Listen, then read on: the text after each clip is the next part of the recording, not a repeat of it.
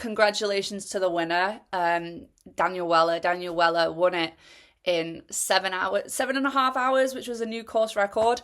Incredible. Like, how, how? How? That's what I want to know. Hi, Daniel. How are you doing? I'm all right. I'm all right. Yeah, I was just saying before we started recording, I'm off on holiday tomorrow, so yeah, looking forward to that. You're going to Croatia, aren't you? Yeah, Yeah, yeah, very. gonna soak up the sun. Although I think it's supposed to be getting warmer here as well as I go away, so that's always the way, isn't it? Yeah, You leave and then the weather gets better at home yeah, the day you leave. But yeah. yeah. Well, we're here today to talk about the Pennine Barrier, because you absolutely smashed it, and I'm so like you finished it, and I was like still only halfway around. So I think I was climbing one side as you finished. So I think it's going to be a really. I'm just so interested in how you completed that race in 7.5 hours, because it's you must have floated over those mountains. I don't know about that. It didn't feel like floating, but yeah. No, Yeah. I mean I was surprised by it too, I guess. Yeah. But yeah, you had double the pain. So yeah, Amazing. yeah. So, can you just Um, start off with a brief introduction on you and your running career and why you found ultra running? mhm. Yeah, so I'm Daniel Weller. I've been running, I mean, I ran a bit in school. I grew up in the US. My dad is English and my mom is American, so I kind of have split family. But yeah, I grew up in the US, ran a little bit in school, and then really got into the kind of distance running after I finished university. My brother was really into, well, he still is into running, but he was really into like marathons and he got into ultras. And I think I completed my first ultra in like 2013, so quite a while ago now. But yeah, but I didn't take it particularly seriously when I first got into it, and I wasn't particularly good. Like, yeah, struggled through all the things that we all struggle through. But yeah, now I've done quite a few races, and I'm sort of starting to figure some things out. But yeah, that I guess that's sort of a brief history. But yeah, I've done a lot of races over the last sort of 2 or 3 years, and I feel pretty hooked at this point. So, what drew you to enter the Pennine Barrier? So I did Spine Challenger earlier this year, and I recce'd that most of that route in December, and I loved that stretch from Malum to the sort of to the bottom of Penny Ghent in Horton and Ribblesdale, and I just thought, yeah, I'd like to do another race out here, and yeah, just timing worked well. I didn't want to do Ultra Trail Snowdonia this year, which is coming up, and so I wanted another race around that time. And this one looked great, and yeah, I was I saw the course record as well. I thought, like, that looks like a good target. And I know I don't know Rob Payne, but I know of him, and I know that he's a very good runner. So I thought, that would be a nice thing to aim for. Um, and yeah, that's more or less how I picked the race. Yeah, and you ended up taking 32 minutes off it. Wasn't it something like that, wasn't it? Yeah, I think so. Yeah. Yeah, I did not expect to do that. I thought maybe I could maybe go under 8 hours. I didn't really expect to run 7:32. But yeah, it just everything came together on the day. And I just felt great. As great as you can feel in a 50-mile race. Yeah. So, walk me through your race a little bit. How did you feel kind of setting off? What sort of things were you eating? And through the through each large hill, how was your body feeling?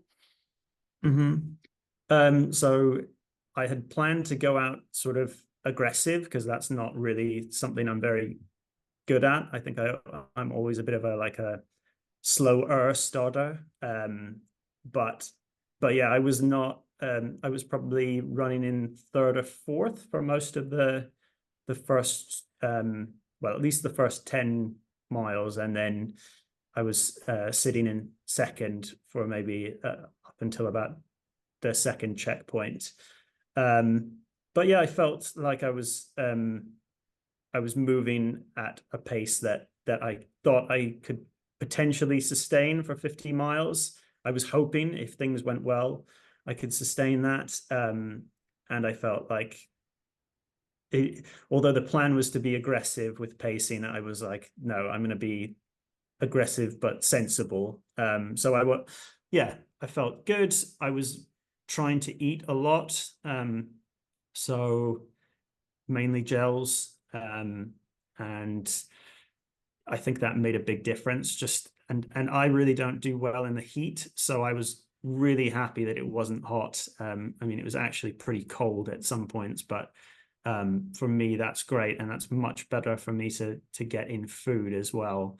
I just find it much easier on my stomach if I'm not hot. Um, and yeah, so then yeah, that first climb up Fountains Fell, I um, felt pretty good. I had a little bit of tightness in my left hamstring, which worried me a bit, but I just like tried to ignore it and not push too hard. And then I started feeling better on the climb up Penny Ghent, and kind of enjoyed the fact that you actually have to hike a bit of that one, because I think I ran most of Fountains Fell, and then you have that long drag to checkpoint two with just lots of running, which was okay. And then at the after checkpoint two, you start going up Whernside. I remember I listened to your review. You weren't a fan of that climb. No. It does go on for ages.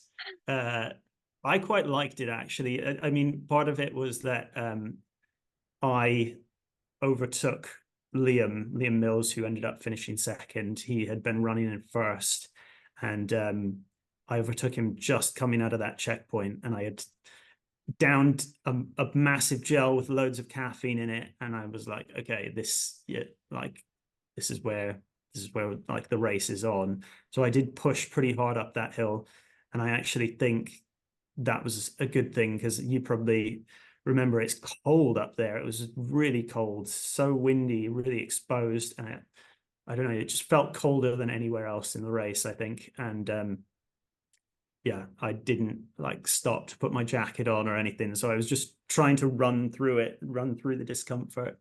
Um, and then, yeah, that descent is pretty technical. For me, at least, I find it that technical.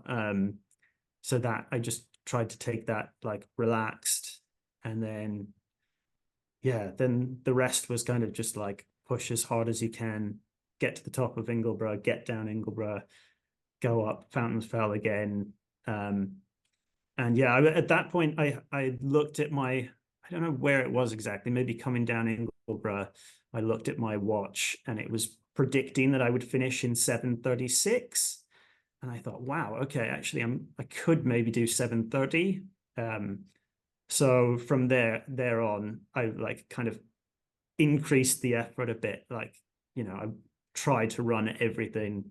There were bits that I had to hike, but I tried to run everything, tried to really push. Um, and yeah, in the end, 7:32, I'm still like over the moon with that. But I was pushing to try and get 7:30, but yeah, it wasn't quite possible. Well, by the time you probably reached each of the three peaks, there probably weren't that many people around, were there? No, yeah, I mean, uh, do you mean like just walkers, or do you Yeah, mean, like other yeah, hikers. there was a bit of sort of traffic up. Penny Ghent and coming down Penny Ghent, especially.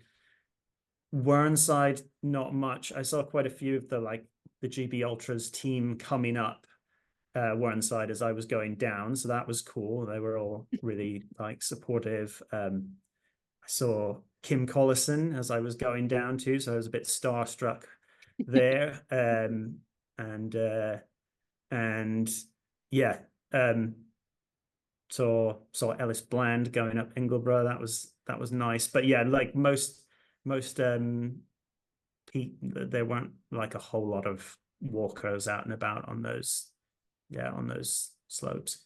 Yeah, by the time I got to definitely Whernside, I was obviously like weaving through other people. So Yeah. I need to get faster because then I won't see anyone, and then I'll get to meet all the celebrities. This is what I'm missing out on. Yeah. It was nice. But yeah, um, I didn't really have to deal with too many crowds, I wouldn't say. How did you, at the very end, those who don't know, you run through this section at the end, and it smells like garlic. Oh I yeah, yeah, so I came through yeah, that and I thought I was hallucinating because it was like 11:30 at night and I was so tired. yeah, Did you kind of get yeah. this? It's a Did you have the Oh same yeah, it's a really experience? strong smell. I had a different experience going through there because I was like pushing for that 7:30 mark, and I kind of knew it wasn't going to happen, but I was still going to try and push, and I wasn't sure if maybe the course would be like a quarter of a mile short or something, and maybe I would sneak under, but I was just like frightening children, dogs and stuff, like sprinting through that wooded section. And yeah, I um hopefully I didn't like annoy anyone, but yeah, trying to get through gates, sort of shouting at people like let me through. But yeah, but I did notice the garlic definitely, and it's it's a nice end to the race, because you have that quite difficult uh rocky bit coming down towards Malham Cove, um, which is not so nice towards the end of the race. You don't really want to be stumbling over all that stuff. So it's nice to get that runnable bit at the end. Mm, mm. So, how do you tackle uphill versus downhill? How have you trained to kind of tackle those? Because I reach an uphill and I literally just have to kind of walk it because I just feel like I couldn't Hmm. tack it any other way. So, from your perspective, how Yeah. do you tackle those uphills? Um, well, I'm not a very good hiker, so I'm not a very fast walker. Um, so if it's possible to run it, I try and run it, even if it's slow. That just feels more efficient to me. So this race was quite good in that sense because a lot of the hills are at least partly runnable, even if it's a slow run. They're not like ridiculously steep and rocky. At the top of them, they are a bit, but a lot of the climbs, like Whernside, is really gradual. And yeah, I don't know.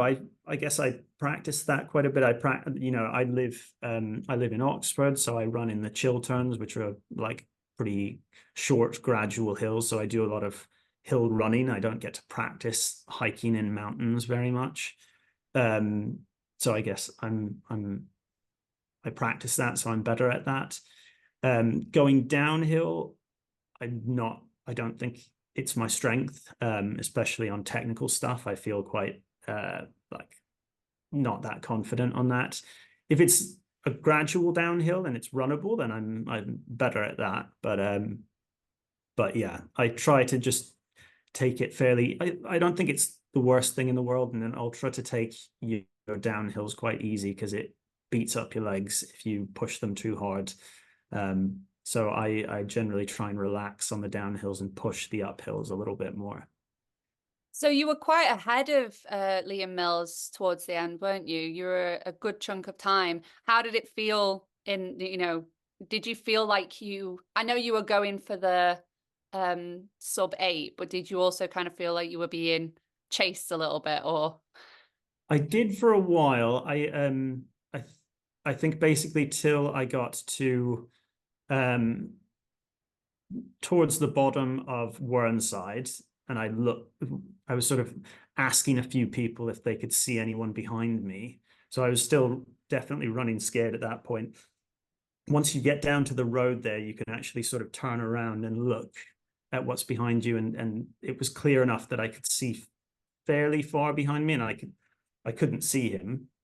So then I felt a little bit more relaxed about that. And then as I continued, I just sort of thought, well, I'm having such a good day at this point. It's like unlikely that I would have got a lead and then be caught going this fast. Um, but yeah, it was always sort of in my head that there were people behind, mainly Liam. But yeah, definitely towards the end, I was thinking way more about myself than and trying to hit maybe 7:30 than the race and competing with others. Um, So how did it feel? How did it feel winning then? How did it feel crossing the finish line? yeah, it was great. I so often finish races and I am a bit disappointed because I didn't do something right, or uh, you know, just ran out of energy towards the end. And if you don't eat well, you end up feeling a bit miserable towards the end of these things. This time it was like, wow, I surprised myself with how well I did, and I felt good throughout. It was difficult, but I felt focused, and I felt like I was sort of in control and pushing the way I wanted to. So yeah, it was a really good feeling. It was like a sort of a very rare feeling for me with ultra running. A lot of times I finish and it's just like, oh, why do I do this? It didn't feel like that at the end of this race. So that was really nice. That was the end of my race. So Well, I think it is you have to be prepared if you do ultras to like have a lot of really bad days racing. And even if the result is good, a lot of times it's hard to enjoy the the actual race. Like, I think a lot of people say they enjoy the training more than the racing, and usually that's the case for me. But then, every now and then you get that magical race, and yeah, this race felt pretty magical. my dad did tell me, he was like, Emily, this is the third ultra you've ever done in your life. And so I think I am a little bit hard on myself sometimes as well, just because I'm like, oh yeah, Definitely.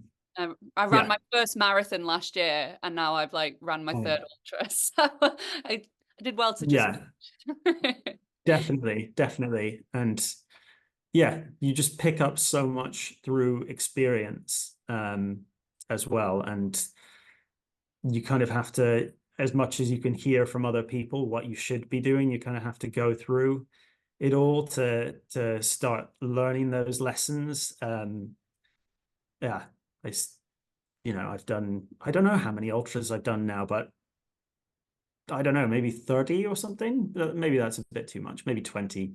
But I still make mistakes every time, and I still learn loads every time. So if you've done three, you've still got a lot to learn. And if that last race felt a bit painful, they're not all like that. A lot of them are. They're not all like that. So how's your recovery been like? We're nearly what, we're like 4 days, 5 days in now. How's your recovery been? Yeah, pretty good actually. I think again because I was eating well throughout, that helped. So the the next morning when I'm normally sort of really hobbling around, I wasn't, I didn't feel really sprightly, but I was like able to walk at least. I went um for like a 6 mile walk around the Dales just to kind of stretch the legs out. And then I did some running yesterday, very, very gentle, slow running. Um, and yeah, was still a little bit sore today. I just don't think I'm going to have time to run, and then I'm off to Croatia for 4 days where I'll maybe get a few runs in, but this week is going to be very relaxed and not much running. But yeah, I typically like to try and run a couple of days later, even if I then take a few days off after that.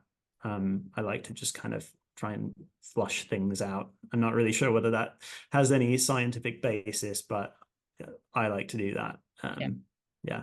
And now you can just go and lie on a sun lounger in Croatia and just Exactly. completely Exactly. relax. So, Yeah. are you Yeah. training for anything for the rest of the year? Yeah, so my sort of big goal is Lakeland 100 at the end of July.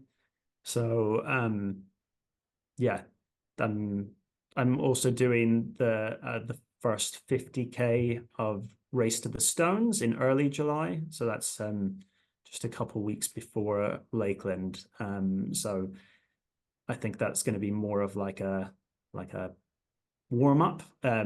I'll still run it fairly hard, but yeah, Lakeland is sort of the big goal, and I know there are going to be a lot of really strong runners there, so I just want to like be in the mix a little bit, and um, yeah, do what I do what I can there.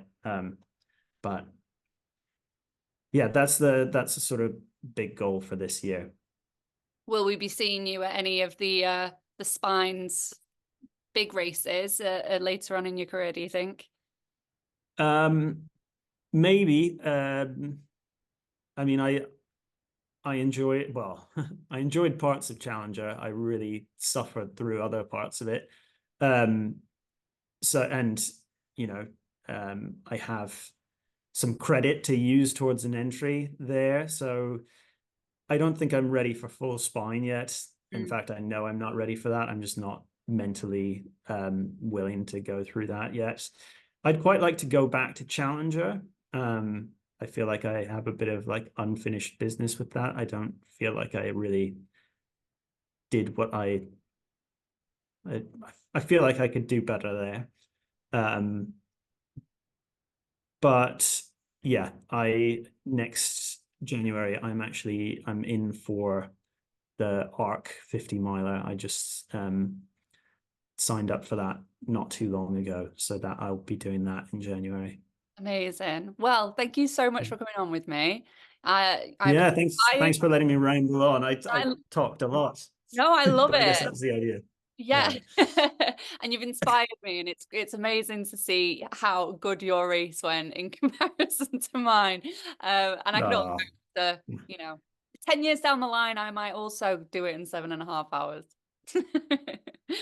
yeah, yeah. I mean, if I go back to my races but if I go back to my third ultra race, yeah, it would not have been pretty. So just yeah, stick with it. Well, Yeah. thank you very much. Enjoy Croatia. Yeah, thank you. Good to chat.